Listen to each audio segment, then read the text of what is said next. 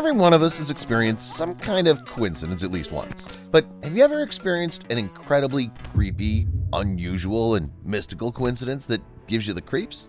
History knows quite a few, from the strange seven-headed deity and the mystical car to the most frightening predictions of writers. This is Infinity, and in this episode I'll tell you about the creepiest coincidences in history.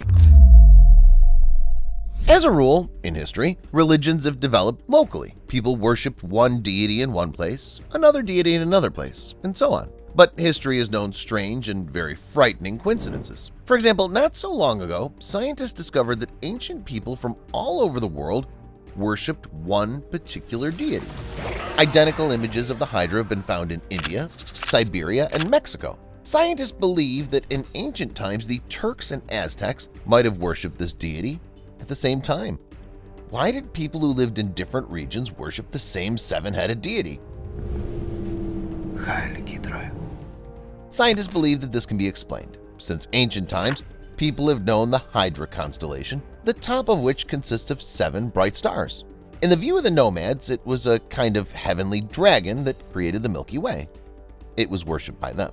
And still, why images of this deity are so similar to each other? According to scientists, this proves that Eurasian nomads were involved in the settlement of the Americas, which occurred much earlier than expected. James Dean.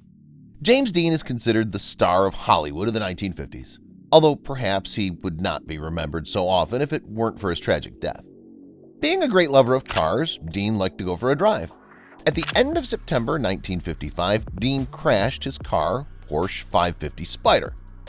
Shortly before the accident, Dean's friend Alec Guinness, yes, the very Obi-Wan from the original Star Wars trilogy, warned him not to go by this cursed car.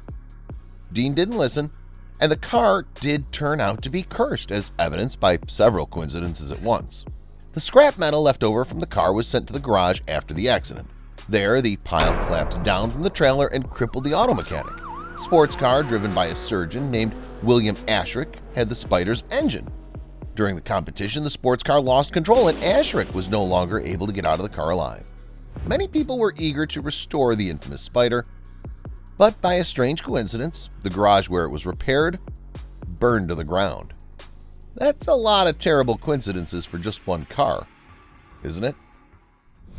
Timur. One of the most mystical historical coincidences is related to Timur, the famous conqueror and military leader of the 14th century. In fact, he was the successor of Genghis Khan and conquered the world. But that's not what's important to us, but his tomb. In 1941, the Soviet expedition opened the tomb of Timur in Samarkand and found there the inscription, "Whoever opens my tomb shall unleash an invader more terrible than I." No one would have remembered this if not for one thing. A couple of days later, the Great Patriotic War began. Many people associated it with the discovery of the grave of the conqueror and began to panic, and the expedition of scientists was immediately finished. Of course, all this could be put down to a coincidence because World War II was already going on, and the Third Reich has already planned to attack the Soviet Union. Operation Barbarossa was approved back in 1941. Yes, but there's one more thing.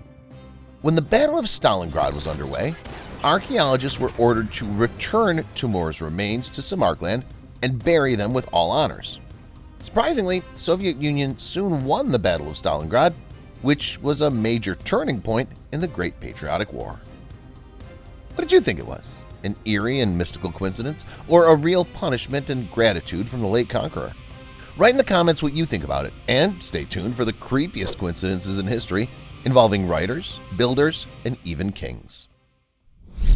Edgar Allan Poe. The American writer Edgar Allan Poe was famous for many of his works, including horror fiction. But one of his works is particularly frightening, not even in its subject matter, but in the fact that it coincided with one event.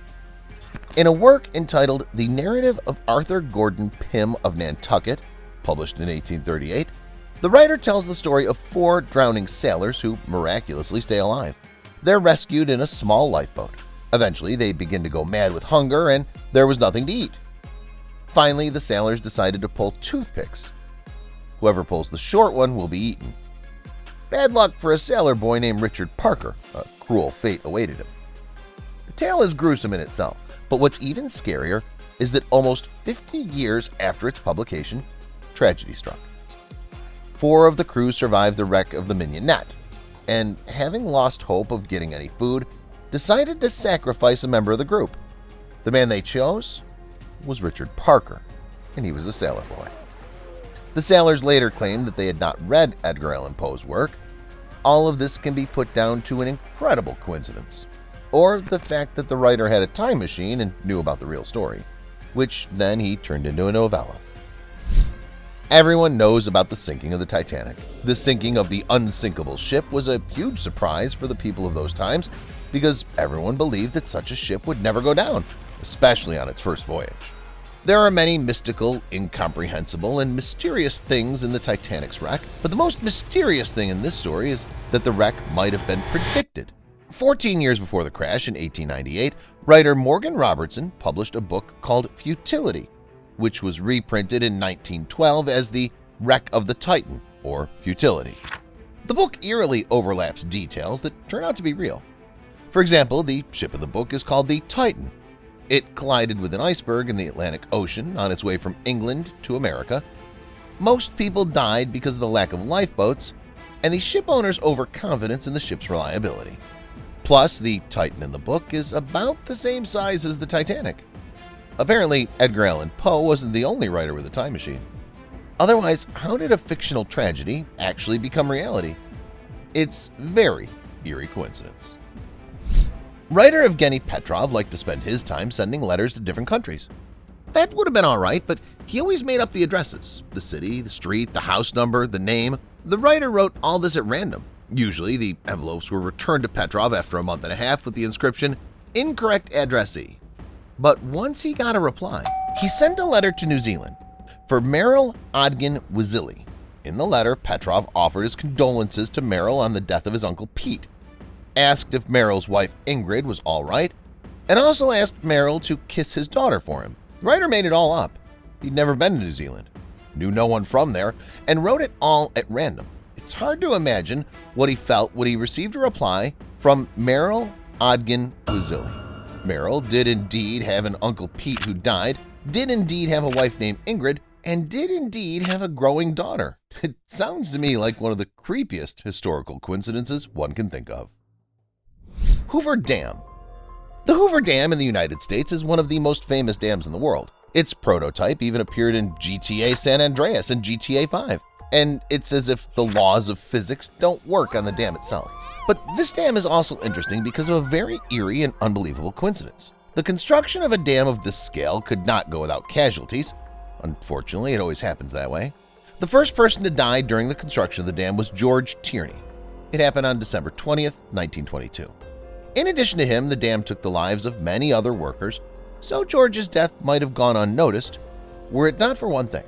Exactly 13 years later, on December 20th, 1935, as construction was nearing its end, another man died at the dam.